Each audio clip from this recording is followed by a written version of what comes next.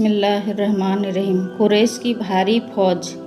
जब बद्र में मक्का वालों को हार का मुंह देखना पड़ा और उसकी खबर मक्का पहुंची तो तमाम शहर में उदासी की घटा छा गई।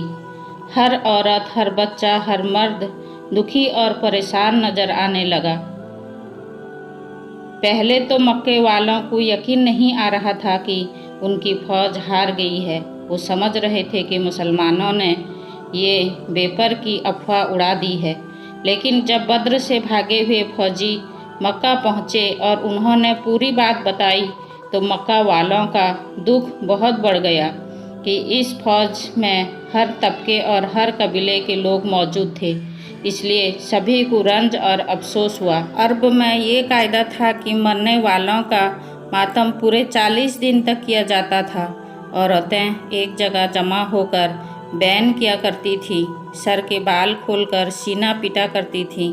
चुनांचे औरतों ने एक बड़ी मजलिस बुलाने की तैयारी की। अबू लहब को खबर हुई तो उसने मना कर दिया कि कोई मजलिस ना की जाए, इसमें मक्के में रहने वालों मुसलमानों को खुशी होगी। सिर्फ यही नहीं बल्कि उसने औरतों मर्दों को रोने और गिरावा जारी करने से भी मना किया। अबू लहब को इस हार का इतना सदमा हुआ कि वो बीमार हो गया और मौत का शिकार होने से वो अपने को ना बचा सका। मक्के वालों को उसकी मौत का बड़ा सदमा था। अब सिर्फ अबू सुफियान ही एक ऐसा शख्स था जो मक्के का सबसे बड़ा सरदार माना जाता था। वो 200 तजुर्बेकार जवानों को लेकर मदीना पर चढ़ दौड़ा, पर मुसलमानों के आने की खबर सुनकर भाग आया और बोझ हल्का करने के लिए सत्तू के थैले गिरा आया। जब वो हार कर मक्का में दाखिल हुआ तो मक्के वालों ने हिकारत की नज़रों से देखा। खुद उसकी बीबी हिंदा ने उस पर लानत व मलामत की। हिंदा अबू सुफियान की बीबी और उतबा की बेटी थी।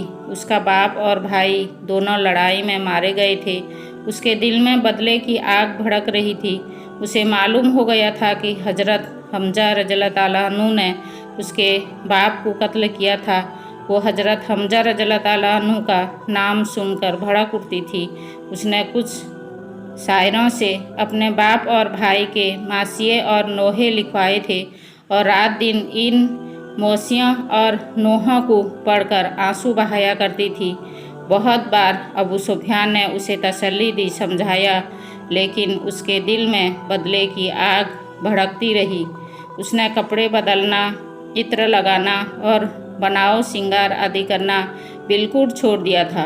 अबू जहल, नौफल, वलीद और दूसरे मक्के के सरदार जो बद्र में मारे गए थे, उनकी बीबियां भी हिंदा की तरह सौगवार रहती थी। एक दिन जब अबू सुफियान घर के भीतर आया तो उसने अपनी बीबी हिंदा को रोते देखा। वो हिंदा के पास पहुंचा, उसे तसल्ली देते हुए बोला, मेरी अच्छी बीबी, इतना गम करने से क्या फ़ायदा? क्यों कूड़ कूद कर अपनी जान हलकान किए देती हो? क्यों गम ना करूं? क्यों कूड़ूं?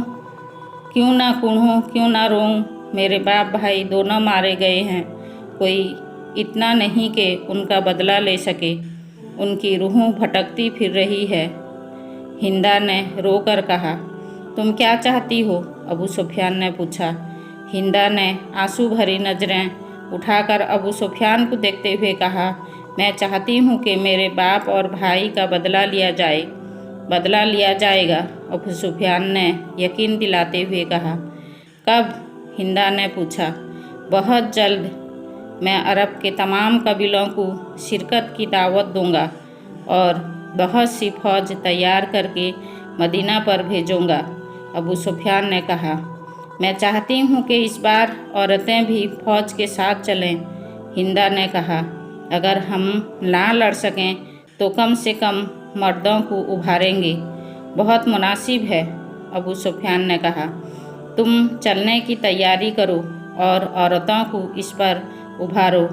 अब हिंदा ने रोना बंद कर दिया। अबू सुफियान भी उठकर चला गया। उसने उसी दिन शायरों और नकीबों को रवाना कर दिया और मक्का के लोगों को खुद लड़ाई पर उभारने लगा। अबू सुफियान शाम देश में तिजारत के लिए गया था। बहुत से ताजिरों ने तिजारत का माल उसके साथ कर दिया।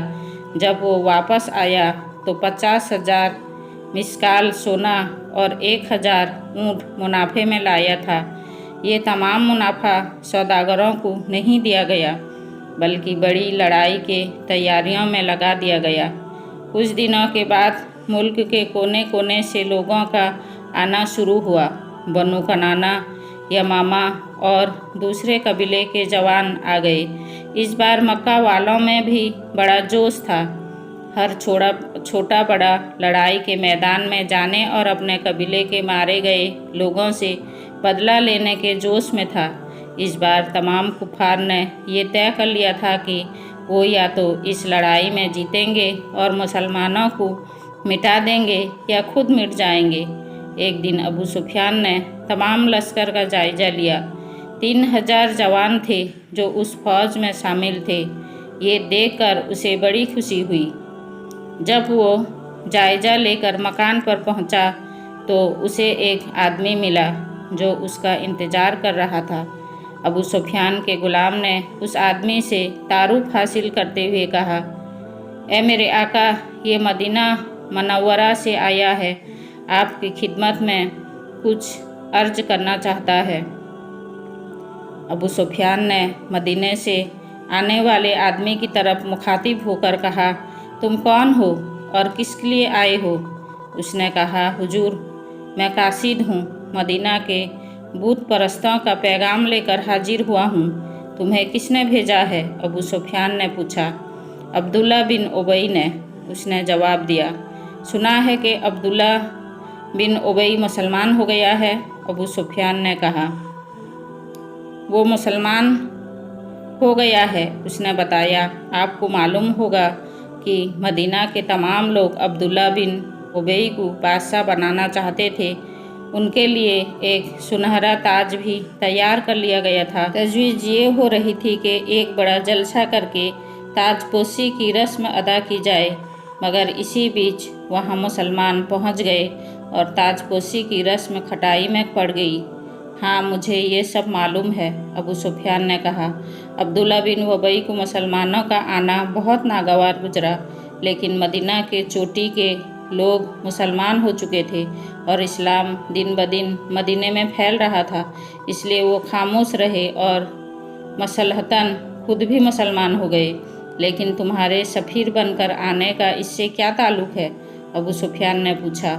मैं अभी बताता हूँ, कासिद ने कहा। वो अपने 300 साथियों के साथ इसलिए मुसलमान हुए हैं कि जब मौका पाएँ इस्लाम से हटकर अपने बाप दादा के मजहब में आ जाएं और ऐलान कर दें कि इस्लाम कुछ भी नहीं है, ये मजहब एक ढोकसला है। इस तरह और लोग जो मुसलमान हो गए हैं वो भी बददिल होकर बुत परस्तों में शामिल हो जाएंगे। असल में ये तरीका है मुसलमानों की ताकत को कमज़ोर करने का, लेकिन इसमें हमें क्या फ़ायदा हो सकता है? अबू सुफियान ने पूछा। ये बात उस वक्त की जाएगी जब आप मदीने पर हमलावर होंगे, कासिद ने कहा। इससे तमाम मुसलमानों में बददिली छा जाएगी और वो आपका मुकाबला न कर सकेंगे। कोशिश की जाएगी कि मुसलमान बाहर निकलकर ना लड़ें, बल्कि मदीना ही में रहें और आपकी फ़ौज को रात के वक्त मदीना में दाखिल करके मुसलमानों का कत्लेआम कर दिया जाए। अबू सुफियान इस तजवीज़ को सुनकर बहुत खुश हुआ। उसने कहा, ये बहुत अच्छी तजवीज़ है। इस तरह से यकीनन मुसलमानों की जड़ें पूरी तरह कट जाएगी। यकीनन मैं इसीलिए आपकी खिदमत में भेजा गया हूँ। कासिद ने कहा कि आप जल्द से जल्द फौज रवाना करें और मुसलमानों पर जीत हासिल करके अब्दुल्ला की रस्म ताजपोशी पूरी करें। ऐसा ही होगा। अबू सुफियान ने कहा, हमारी तरफ से पूरा इत्मीनान रखो। फिर बोला, आज तुम ठहरो, कल सुबह चले जाना। परसों हम शानदार फौज लेकर रवाना हो जाएंगे। अबू सुफियान चला गया। कासिद तो उस दिन ठहर गया। फिर दूसरे दिन वो भी मदीने के लिए रवाना हो गया। कासिद के चले जाने के बाद अबू सुफियान ने फौज के सरदारों को बताया कि कल फौज मदीने की तरफ चल पड़ेगी, तैयार रहें। लोग इस ऐलान को सुनकर तैयारियों में लग गए। दूसरे दिन फौज के तमाम नौजवान मक्के के बाहर आ गए। ये भारी लश्कर दूर तक फैल गया। बनी अब्दुद्दार का एक आदमी झंडा लिए हुए था और झंडा लहरा रहा था। जब फौज चलने को हुई तो औरतों की एक छोटी सी टुकड़ी भी गई। इसकी सरदार हिंदा थी। ये टुकड़ी जवानों को गैरत दिलाने और उभारने के लिए थी। अभी औरतों की टुकड़ी आकर रुकी थी कि 15-20 नौजवान लड़कियां हाथों में दफ लिए हुए आ गईं और फौज के सामने खड़ी होकर पूरे राग से गाने लगीं। काब बिन अशरफ की मशहूर नग़्म गा रही थीं और जवानों में जोश भर रही थीं। जब लड़कियों ने गाना बंद किया तो औरतें महिमलों में सवार हुई। अबू सुफियान ने लश्कर को रवाना होने का हुक्म दिया। तबल बजते ही ये भारी फौज मदीने की तरफ रवाना हो गई। इस्लामी फौज हरकत में बनी कैनुका के यहूदियों की हार ने मुसलमानों को मदीना के आसपास के इलाकों में और मशहूर कर दिया। आम यहूदियों को बनी कैनुका की हार और मुसलमानों की जीत से अफसोस हुआ और गुस्सा भी आया, पर वो खामोश रहे और इंतज़ार करने लगे कि मुसलमान यहूदियों के साथ क्या बर्ताव करते हैं। यहूदी सदियों से अरबों पर हावी थे, सब उनसे दबते थे।